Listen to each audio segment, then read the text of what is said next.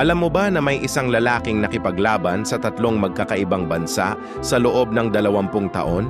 Ang pangalan niya ay Larry Thorne, pero iyon ay hindi ang kanyang tunay na pangalan. Noong 1939, siya ay Lauri Torni, isang Finnish commando na lumaban sa mga Soviet sa gubat. Ginawa niya silang takot sa kanyang guerrilla tactics. Pero nang natalo ang Finland, ang kanyang galit sa mga komunista ay nagdulot sa kanya sa isang kadilimang desisyon. Sumali siya sa Nazi SS Viking Division. Nakipaglaban kasama ang mga Nazi. Pagkatapos ng digmaan, nagtago siya sa Amerika. Nagbago ng pangalan. Naging Larry Thorne. Sumali siya sa US Green Berets. Naging bayani ng Vietnam War. Pero noong 1965, habang nasa classified mission siya sa Laos, nawala ang kanyang helicopter sa mga bundok. Hindi na siya nakita kailanman. 3 bansa, 3 digmaan, 3 magkakaibang bandila.